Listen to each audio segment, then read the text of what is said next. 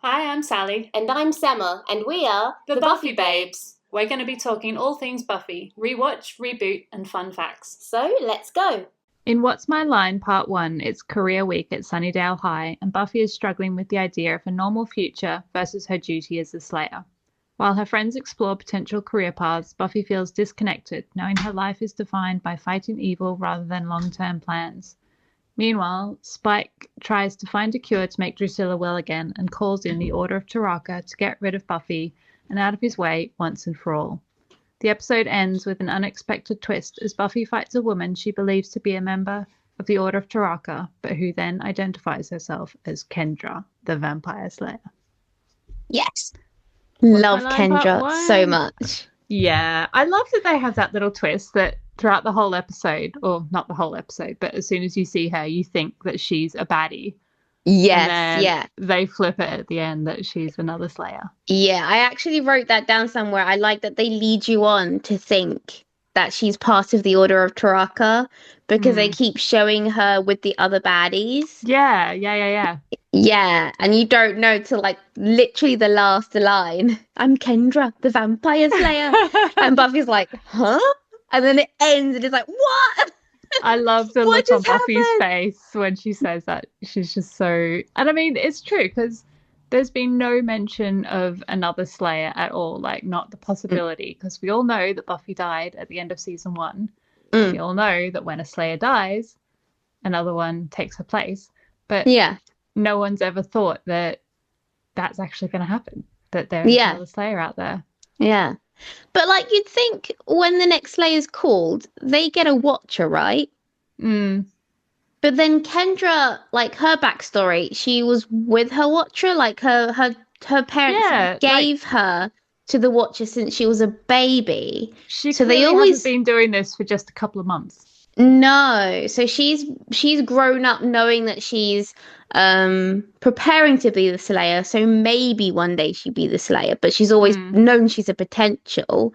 But then surely, like, I don't know, in some mystical way, they know that the Slayer has died and the next one is called. Yeah. You know? Yeah. Or maybe they wouldn't know unless Giles calls them up and be like, hey, Buffy's dead, you know. There isn't. I don't know. It has to be a mystical thing, right? Because there's no way that Giles called them up and said, oh, hey, Buffy was dead just for a couple of minutes. She's fine now, but just thought I'd give you a heads up. And then also, why didn't they tell Giles that there's another Slayer hanging around? She's got a watcher. He's part of the Watchers Council. What's going on? Why is there no communication here? Yeah, well, it just goes back to, I think Buffy says this in like season 6 or something, how the good guys aren't very good at communicating. No, season 7 she says this. They're not known for their communication skills. That's it. Yeah. Yeah. So it's it literally starts here, basically. But yeah, it does pose a lot of questions about potentials and how it all happens and because things, doesn't it? Because even in season 7, some of them knew they were potentials and some of them didn't they? Yeah. And because Buffy herself didn't know that she was the Slayer until it was her time. Yeah, exactly. Whereas you've got, like, was it Kennedy? She knew that she was a potential and she'd been training for a while. Yeah, I think so. Yeah, so some of them did know, and then some of them literally had no clue. Yeah.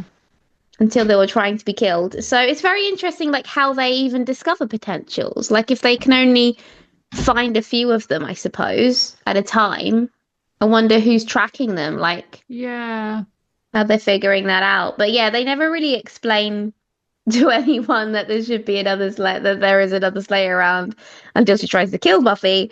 But fantastic way of like bringing Kendra into the mix. Yeah, really cool, isn't it? Yeah, because it's so unexpected. Yeah, and I was thinking how sad it was at the beginning of this, like Buffy about like Buffy and her career and stuff, and like knowing that she is just going to end up as like a fast foodie person. But I feel like she would have been really good as police. I know. I didn't get this. So she gets that on her like aptitude test or whatever results that she should be in law enforcement. And then Giles as well suggests it. Yeah. And both times she's just like, ugh, police, no.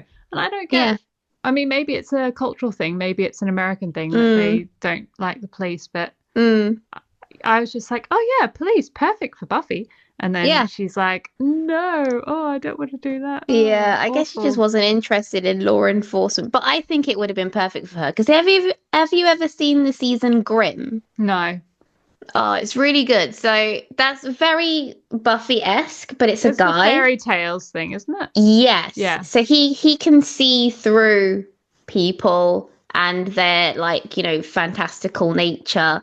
So some of them are like wolves and goblins or whatever, but only he can see that. Okay. But he's also a policeman. So it comes in very helpful and handy when he's like trying to solve crimes, and he always figures out the fantastical nature of the crime. So I feel like this would have been cool. Really good for that would be good for Buffy. Like she should have like at least, you know, taken a second to think about it. Yeah. But it's funny as well, like just going back to the you know, having potentials lined up and some don't know that they're Slayers and stuff. Given that we know Slayers have quite a short lifespan, wouldn't it be useful to have a few like lined up ready to go for when one dies? Rather than I guess they one do, dying and then having to go right back to square one with a new Slayer and like train her up and explain everything to her. And well, I guess like Slayers like Kendra, she's been trained her entire life. So I'm sure they have like the Slayers that they do find, the potentials they do find, they train. But I guess they're not able to find them all because I feel like the mystical Slayer power chooses, not the council. So that's true. That's true. Yeah. I hadn't thought about it like that. Yeah. So they don't really have a choice as to who gets chosen. So I guess they're really annoyed when they've like invested all this years into and then it potentials goes and like darn they're not even chosen. God, that would be so annoying. Get out of here, you. We don't need you anymore. Watching this episode as well, it really kind of struck me, just doing this whole rewatch of the series in general, really struck me of just how much they talk about, you know, Buffy's struggle of being the Slayer and being a normal girl and stuff. And it really is in most episodes that it comes up in one way or another. And I've always known that happens, that's in the series. But rewatching it just kind of struck me at how much they do it in each episode, especially in this episode as well.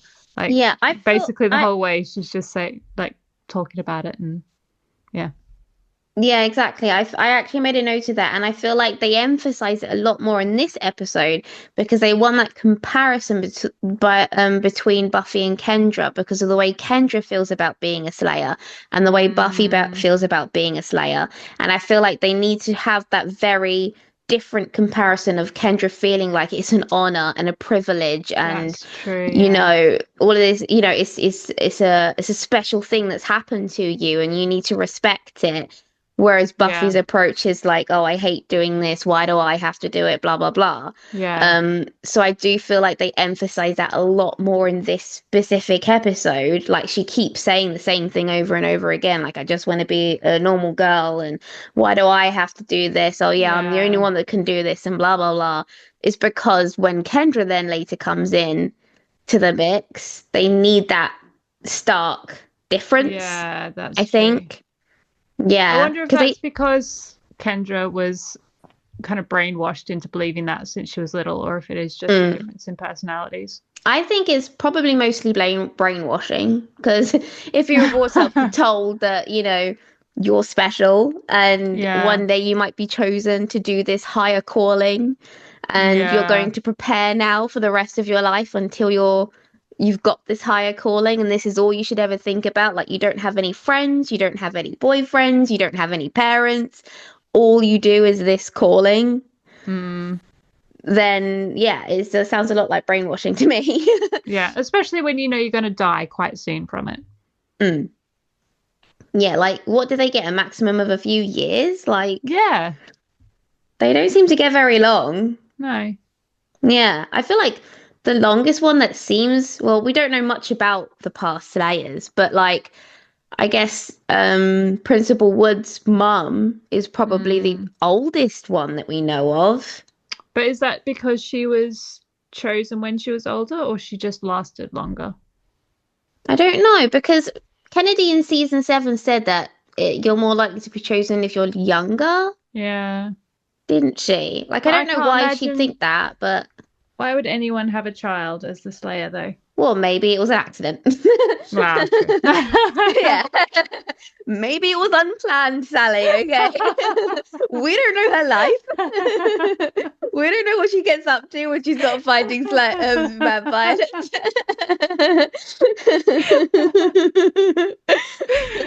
Touche. But I didn't see any man around, okay? There was no babysitting involved,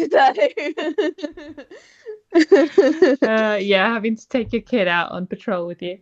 Yeah, exactly. So we don't know what happened with her, but yeah, I feel like she's the oldest one that we sort of see. Yeah, but we don't really know much about the past Slayers. We've only seen a couple, haven't we? Yeah, we've only seen a couple. We've only known of a couple, and they all seem basically still in their teens, to be honest. So yeah. I feel like Buffy then becomes maybe one of the oldest ones. I mean, she must be, right? Because she's what, 22, 23 when it finishes? 22, I think. Yeah. Oh, no, hang on. She's 16 in the first, isn't she? So. 17, 18. Oh, no, it is 22. Yeah. So 16 in the first, 17, 18, 19, 20, 21, 22, yeah. Yeah. 22. And then, obviously, she doesn't die then. She carries on slaying afterwards, so. Exactly, yeah. So, yeah, so she's probably one of the oldest and the last only Slayer. Yeah. Yeah, exactly. Gosh, still can't believe they cancelled it. Very annoyed. Anyway, we'll talk about that after. I also wanted to say that I just love Spike in this episode because he does give a whole new level of character to vampires in general, because I feel like before Spike really made it on the scene, they were like bad vampires, and then there was Angel, and Angel was the only one that showed any sort of like love and affection. And then suddenly there's Spike and Drusilla. Like Drusilla's like, you know, a bit mental, but he's just very much like, oh, you know, I'm taking care of you and let's dance on the Slayer's grave and all that kind of stuff. Like he's very romantic and he's very like in love with Drusilla, like completely. Like you can see it so much in this episode, how much he cares about her because he's trying to like get her back to her strength and sort things out, and he's getting stressed that he can't do it. And so he just gives a whole nother dimension to, like, I guess, the feelings and abilities of vampires, because before then you just think, oh, vampires bad, they just want to kill you.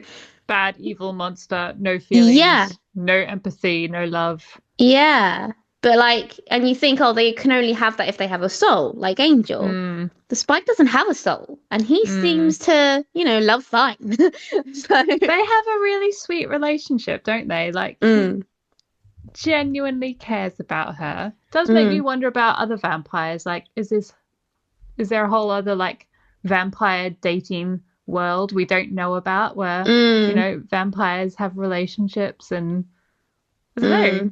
It's funny to think about, isn't it? Because surely if Spike is doing that, there must be others, right? Yeah, exactly. And he definitely, having Spike in the mix does like complicate the whole narrative of good and bad. So I can see why Joss Whedon didn't want him in it anymore, because it does complicate the whole fiction of it. But I sort of get why he was adored so much as well, because he's the typical like bad boy of like, I'm gonna beat you up, but I'm also gonna take care of my woman. So, do you know what I mean? I mean, it also makes the story that much richer by having those kind of grey areas and, you know, the levels to the characters and stuff, rather than just being good versus evil. You know? Yeah. No, I think definitely, like, especially this season, that's when it starts to become more mixed, because then even in, like, you know, with Glory, the god, and stuff like that, everything gets a bit more mixed then. And then, like, you know, I feel like they start implementing more characters that have more dimensions that you do feel sorry for sometimes, that you do want, oh, you know, I get why they're like that kind of thing, you know. And I always love a baddie like that. I'm a sucker for a baddie with a backstory. I just love it. I wanted to get to know, why are you bad? Why are you so evil? Oh, okay, I get it now. Yeah. I mean, Spike's the ultimate for that, isn't he? He is. He definitely is.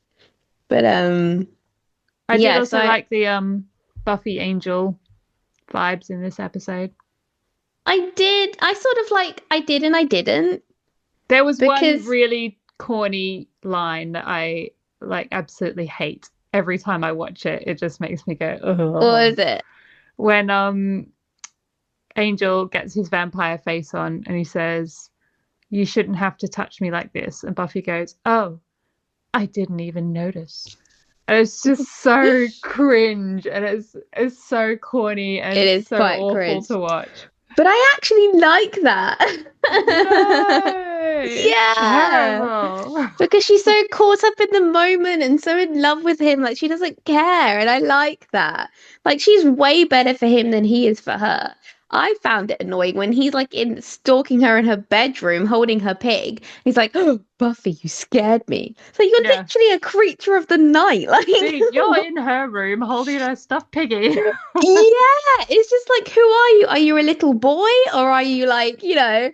I get confused as to who he is sometimes, and then he's like, you know, beating up Willie the bartender, and like, oh, you know, being all tough. It's been a while since I killed a human. Yeah, so like he acts one way, and then with Buffy, he's like all soppy. Like, does he put that on because he's around her, or that's sweet? Yeah, is that sweet or is that manipulative? I don't know. It annoys me. I mean, who in their right mind thinks holding onto a stuffed piggy is going to win them the girl of their dreams? Yeah, like that. You can't manipulate people with that. If he thinks that, he's an idiot. Yeah, but he's like, "I'm not a kid," and she's like, "No, you're just a cradle robber and the night boyfriend or so, whatever it was." Yeah. So like that line actually got me like thinking. Okay, so she does know that it's weird that he's so old for her. Yeah. But she also doesn't care. So yeah. We also see Willow and Oz like officially meeting, but not a lot happens. Isn't it sweet though? Like he does like a double take, doesn't he? He's like, "Oh, it's her." He's like the girl I keep seeing, completely in love with, but never met. It's funny though, because Sunnydale High can't be that big a high school that he hasn't just seen her around, or. Well, I guess since they do go to the Bronx quite a lot. And he's always on stage, so I guess she's probably recognizes him, but never really thought about it. Maybe because she's probably seen him on stage. I don't know. But yeah, but it's very sweet, and I can't wait for their story to start because I really love them together. They're so adorable, and I love that like they both got chosen for that weird software thing. Yeah. I don't know what that thing's about, and it's never mentioned again. It's a bit weird, isn't it? Yeah, I don't really know what kind of purpose that serves other than to say, look, Willow and Oz are both like smart. I guess so, yeah. Yeah, like I don't really know, because I feel like it would have been good if that was like the initiative or something, and like they're trying to source new doctors, and you know what I mean? That would have been so cool. Yeah, like it have some sort of like thing that you see later. Yeah. It would have been quite cool. Maybe they intended for it to be something, but then but it just never did. Yeah, fizzled out, or they went in a different direction. Probably. Yeah. Oh yeah, I was gonna say, you know how earlier we talked about how in this episode she talks a lot about how she doesn't want to be the Slayer because we think it's leading up to Kendra saying how, you know, being the Slayer is important.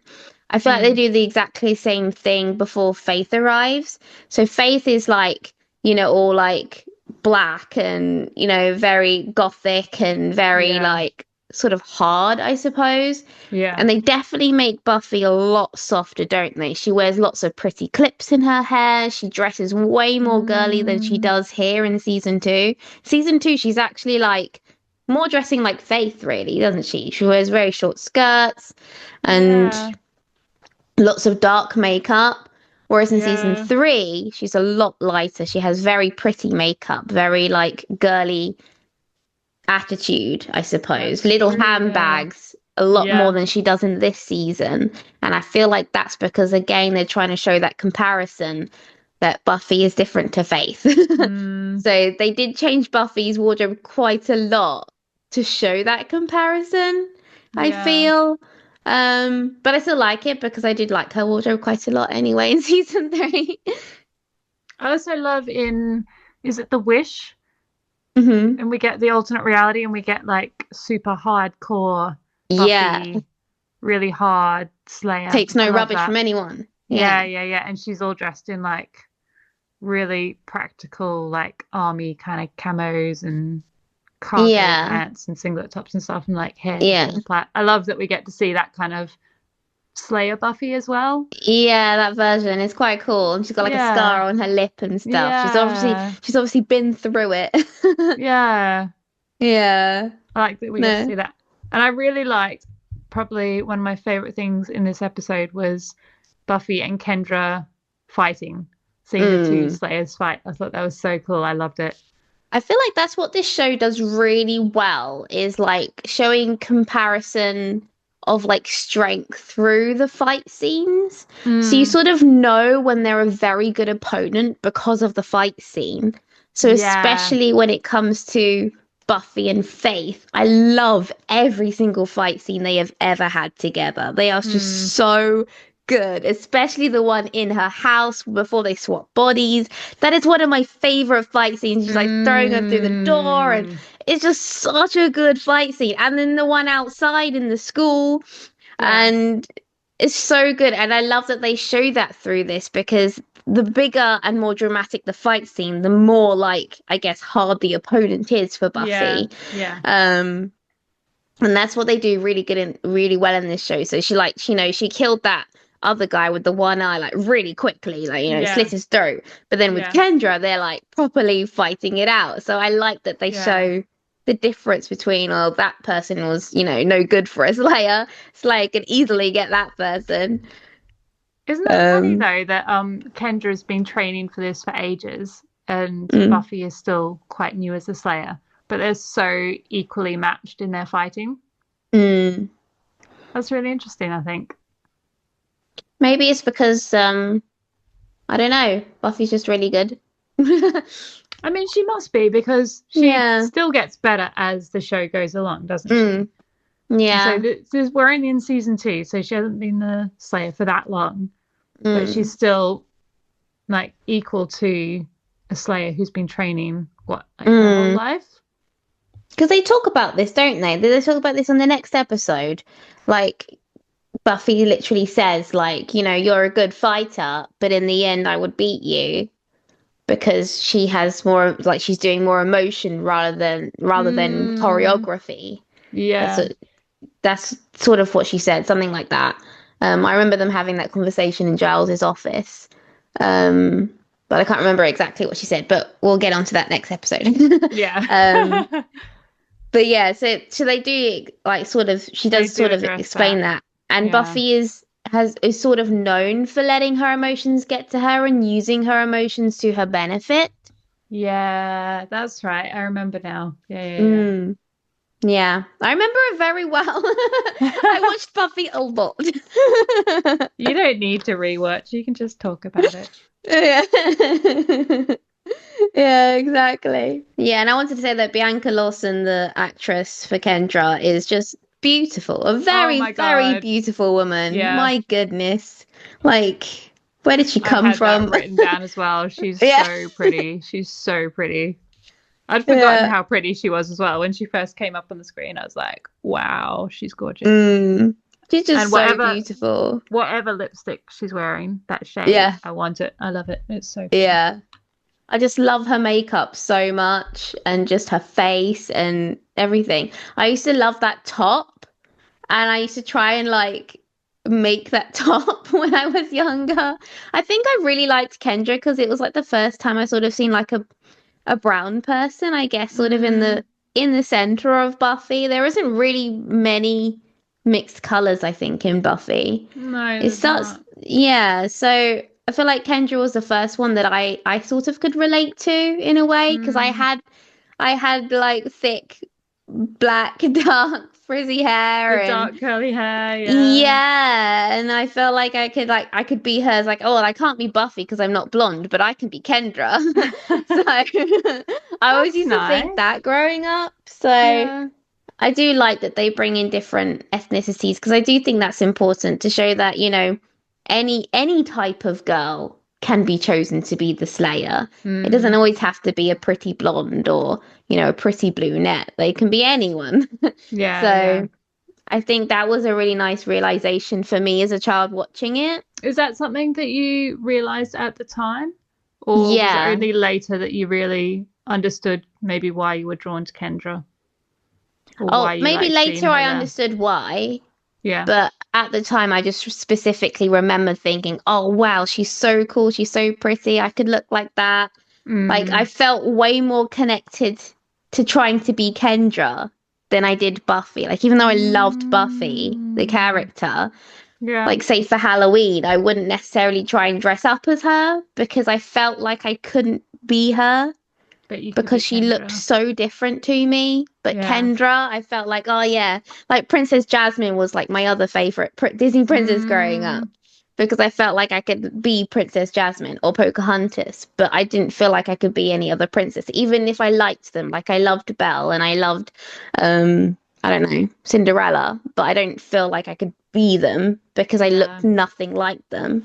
Yeah. So I do think it's important in TV programs to not be like too overly multicultural, like when it's really emphasized and like in your face, like, yes, there's every single color of person in here, you Sometimes know? you can tell when they're like doing it to tick boxes or to try and get as Yeah. much like inclusivity as they can.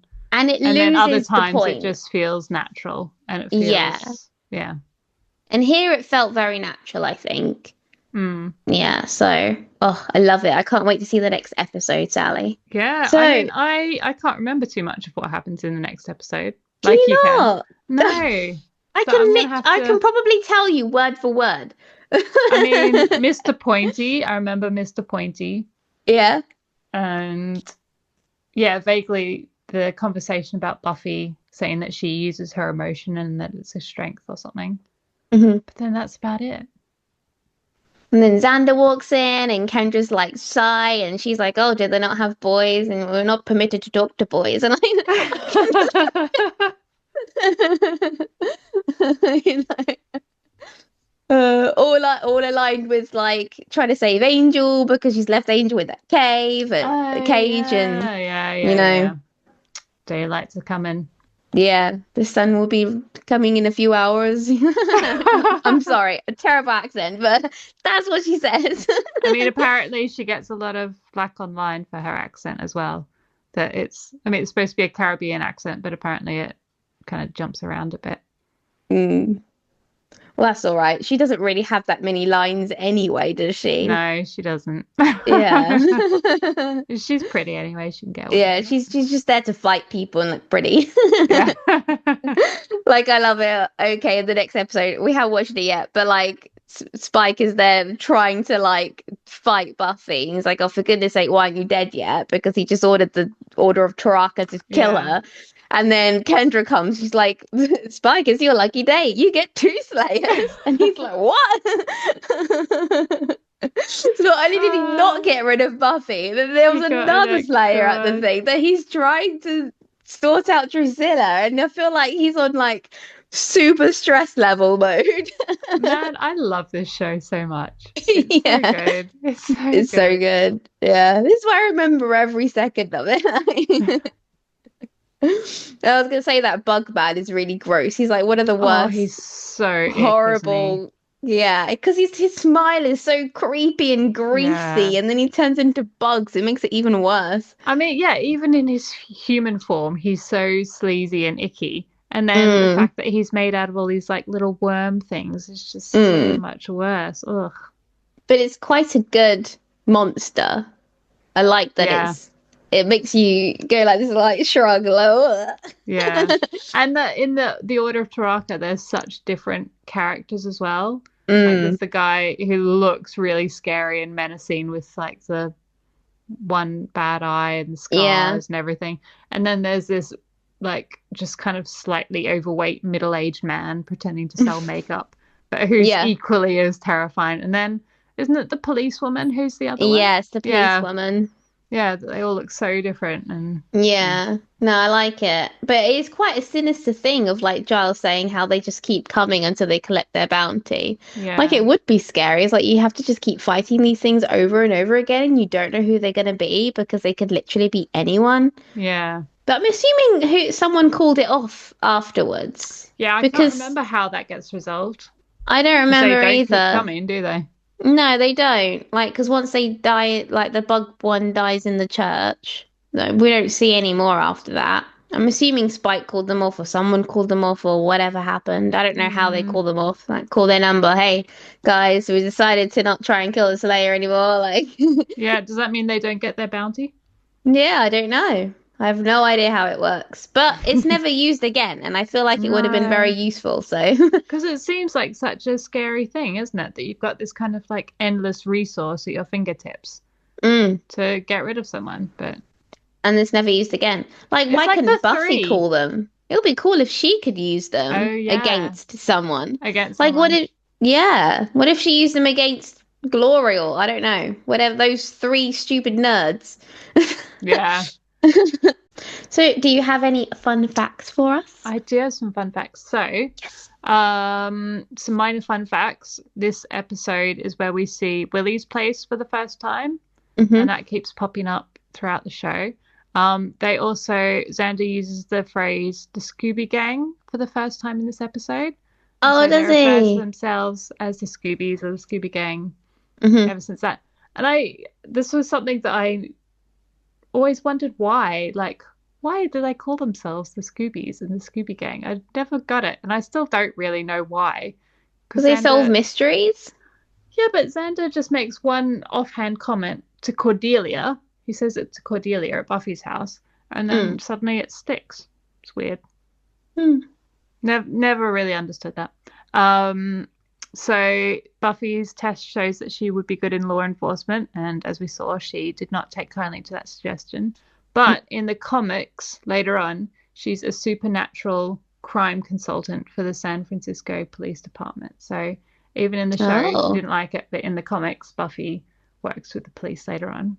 See, she'd be good at that. She would, yeah. I think that would be a really cool thing. It's perfect for her. Sarah Michelle Gellar was a keen figure skater when she was younger and even entered into competition. So she does all her own skating in this episode, and her love of skating is a real Sarah Michelle Gellar thing, not just a Buffy thing. Oh, that's cool. I like that they added that to her character then. Because one, it gives another layer of depth to Buffy and her old life. And two, it sort of like cements the actress with the character a bit more. Yeah. Cool. I like that. That's nice. It also reminded me how like Dawn also played the Ice Princess in that movie and was doing figure skating. And it's like, oh, they could both figure skate. Yeah. Aww. Yeah, so in terms of any news, obviously the actual reboot's not happening anymore. But we've seen some interesting like interviews with stuff. Like there was that interview with James Masters that I sent you. Yeah. Of him saying how they might pick up something else if something else comes up, but they just didn't like that storyline or whatever that thing that they wanted. And he was saying how stupid it was of them to turn it down because they've been trying to get Sarah Michelle Gellar for years. She finally said yes, and then they've said no, which I think is true. It's like she finally said yes to something, and you're going to turn it down? Like, why? I love that he's coming out saying all this. Like, this is the stuff that we want to know. These are the details we want to know. And James Marsters is just coming out with it and telling us all the goss. And I feel like he'd been training. Was he actually going to be cast? I feel like he was preparing. It feels that way, doesn't it? Yeah. I don't think anything was ever officially announced, but I feel like it was probably in the pipeline. Yeah, which would have been very cool. I wanted to see, like, because I never thought that they were going to try and bring back any of the vampires. Like, I didn't expect at all for them to bring back Angel and Spike, and then him actually being so closely, like, talking about it and saying that, you know, he might be in it, and it just seems like he was going to be in it. Because it feels like he's got the inside scoop on it, doesn't it? Like, he's not just speculating. It feels like he's on the inside and he knows what's going on. So he's either been talking to people or he was kind of involved in the show somehow and is getting it, like, firsthand as it kind of happens. It is very interesting because they probably would have had to use a lot of AI to, like, change his face. Yeah. But it would be very interesting to see how they would implement that. Like, would they be together? Like, what was going to go on? Tell us now. I can't remember if we talked about this in the last episode as well, but the fact that it's now come out that it was one executive at Hulu or something who basically canned the whole idea. Did we talk about that in the last think episode? So. Yeah, and we were very annoyed about him. Yeah, still not over that. No, I find it hard to believe that one person has that much power as well. Like, why can't it be a vote? Do you know what I mean? Yeah. Like, why does that one person have, like, it just decide? And apparently that person didn't even like the original in the first place. So why does he get hadn't any even say? Seen all of it or something as well. Yeah. Like, so why does he get any say? I don't get that. That seems really weird to me. Yeah. So like a weak reason for something that, because, like, not many potential shows has this much people behind it already, like this much fandom, this much noise, this much people, like literally generations of people wanting to see it. What other show, tell me what other show has that? And like, nothing. I mean, since this has all come out as well, the fans have been so vocal about how disappointed they are and how angry they are with Hulu and Disney. And Sarah Michelle Gellar has been so appreciative of that and saying the fans are amazing, and, you know, that she was disappointed that they have let people down, but also how great they are for, you know, how strongly they feel about this show. And people do feel really strongly about it, don't they? Oh yeah, definitely. Because it was most of our childhood. And a lot of us relied on it, I think, to feel strong, to have someone, because maybe not all of us had someone to look up to when you're young.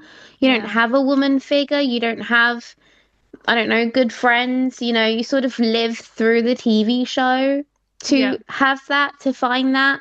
Yeah. And I think, especially in my case, like, I identified a lot with the show, and I really enjoyed the fact that she was a strong woman that fought off the monsters of the night and was, like, capable, and that made me feel strong. That made me feel capable. That made me feel like, you know, you can just keep going, and you know, you can keep fighting, and you can keep, you know, you will win if you keep going.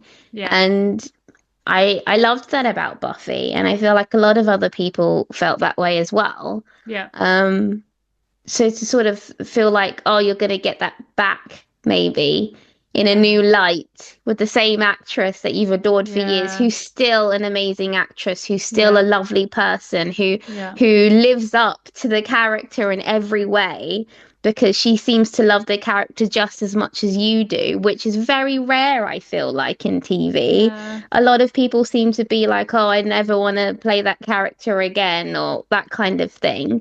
Yeah. But she's not like that at all. And so to have so many things like align, of like feeling like, oh my gosh, we're going to get that back. We're going to get Buffy back. It's going to be Sarah Michelle Gellar. It's going to be amazing. Like, I don't even care like how much she's in it. I just knowing that she's also going to be a part of directing it and stuff would have been amazing, just to see her insight and her view of what she envisions Buffy to be like as being sort of an insider of the show. It would have been very interesting to see, but now we don't get to see that, which is really annoying. It is really annoying. I mean, seeing that interview with James Masters kind of gave me hope that maybe it wasn't all dead in the water, that maybe something else might come from it. But I kind of feel like I'm going back to thinking it's not going to happen. It might not. It needs to be something completely different, doesn't it? Because they obviously didn't like what they were thinking. And I don't think Sarah Michelle Gellar would choose something else because she hasn't chosen something else for 25 years now. That's what she wanted. I mean, what they made is what she wanted, isn't it? Yeah, exactly. So I don't think if they were going to make a Buffy-esque show, I don't think she would be a part of it. No. But this is the perfect opportunity now to pick a past Slayer and do their story. Because that would be really good. Just any of them. Any past Slayer. It would be cool to watch a spin-off like that. I would really like that. It would be really cool because then it doesn't have to be related to the show in the way that like the show is like the present and you're doing a show about the past. And then you could do really things with like past costumes and music and like really like go into it being about the past. And then, so you don't need to have any of the characters from Buffy, and then also not having them, they're not missed because they don't belong there. If you had another Buffy show set in the present without any of the characters, it would feel like something was missing. But if it was set in a completely different time period where those people weren't born yet, they didn't exist, then, they're not missed in the show. But you still have the nostalgia of like the same laws and the same vampire faces and, all those kind of things, the nostalgic bits are still the same rules and stuff, no one's glittering here. It'll still feel like that show, but it'd still feel like the Buffy world, wouldn't it? Yes. Same vibes, same feeling. So this is the perfect opportunity for them to do something like that. I mean, you need to pitch it to these executives, Summer. I should. Yeah, I definitely think that they should do. What is her name? I keep forgetting. I keep remembering and then forgetting. Principal Wood's mom. Yeah, no, I don't know. I keep forgetting, but I did know her name. But wouldn't that be good? Because then literally like the last episode, you could then do some like AI generation of James Masters. He'd come in at the last episode and kill her. And that would be so good because that the end is coming. What happens to her, but you want to watch her entire story anyway. Yeah. And I feel like that would be like the perfect one to do, the perfect spin-off of a Slayer, especially a strong, powerful black woman that then has a baby and it's coming. Yeah, it's just I feel like it ticks all the boxes of what these people might be looking for. But they should definitely do it. I'd watch it in an instant. It would be so good. Yeah, I agree with you 100%. That would be amazing. I would love to watch that. It would be good, yeah. Not Ricky. Oh, something like that. I forgot. Nikki? Is it Nikki? Nikki. Yes, I think it's Nikki. Yeah. Yes, Nikki. Nikki the Slayer. Doesn't have the same ring to it, does it? It doesn't have the same ring, no. They can call it something else. Adventures of Nikki. I don't know. I'm not a title person. I just come up with a story, okay? Not the Adventures of Nikki. Deep voice, come on.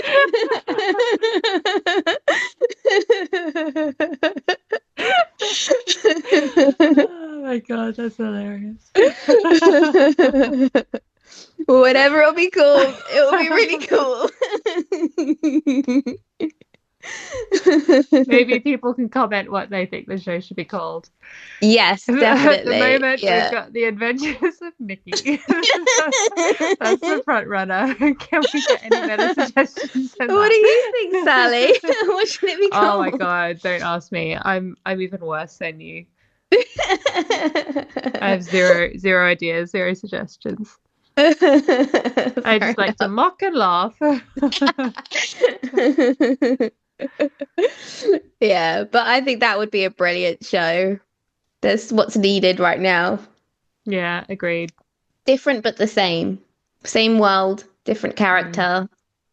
And then you can have all that cool, like, was it 80s? 80s 70s stuff. or 80s, yeah. Is it 70s? I don't know, all that punk stuff. It'll be so cool. I Yeah. loved Spike and his punk stuff. Me too. Mm. And I mean, having that ending would just be so cool. Like, what a great way to finish the show. Because it just, like, I don't know, wraps it up so neatly. You don't feel like you could continue it because that's the end. That's how it finishes. You know it's coming. Yeah.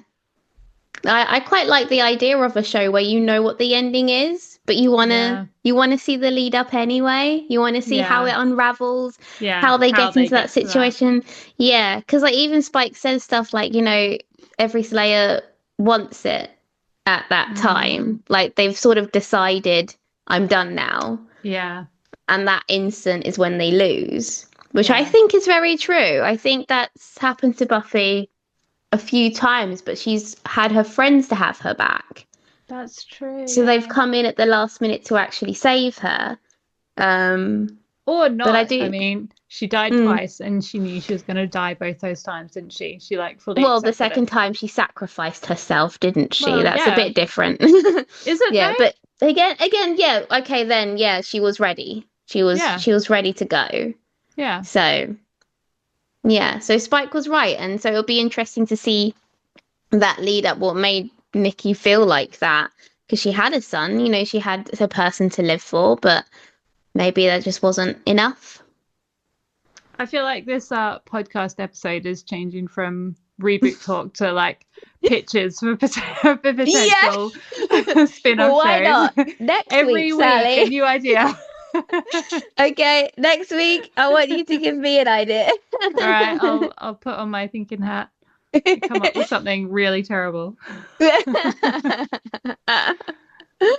Yeah. All right, cool. Well, so the next episode is What's My Line Part 2. Part 2, yeah. Very exciting. It's a good one. You better rewatch it. Yeah, I'm gonna have to.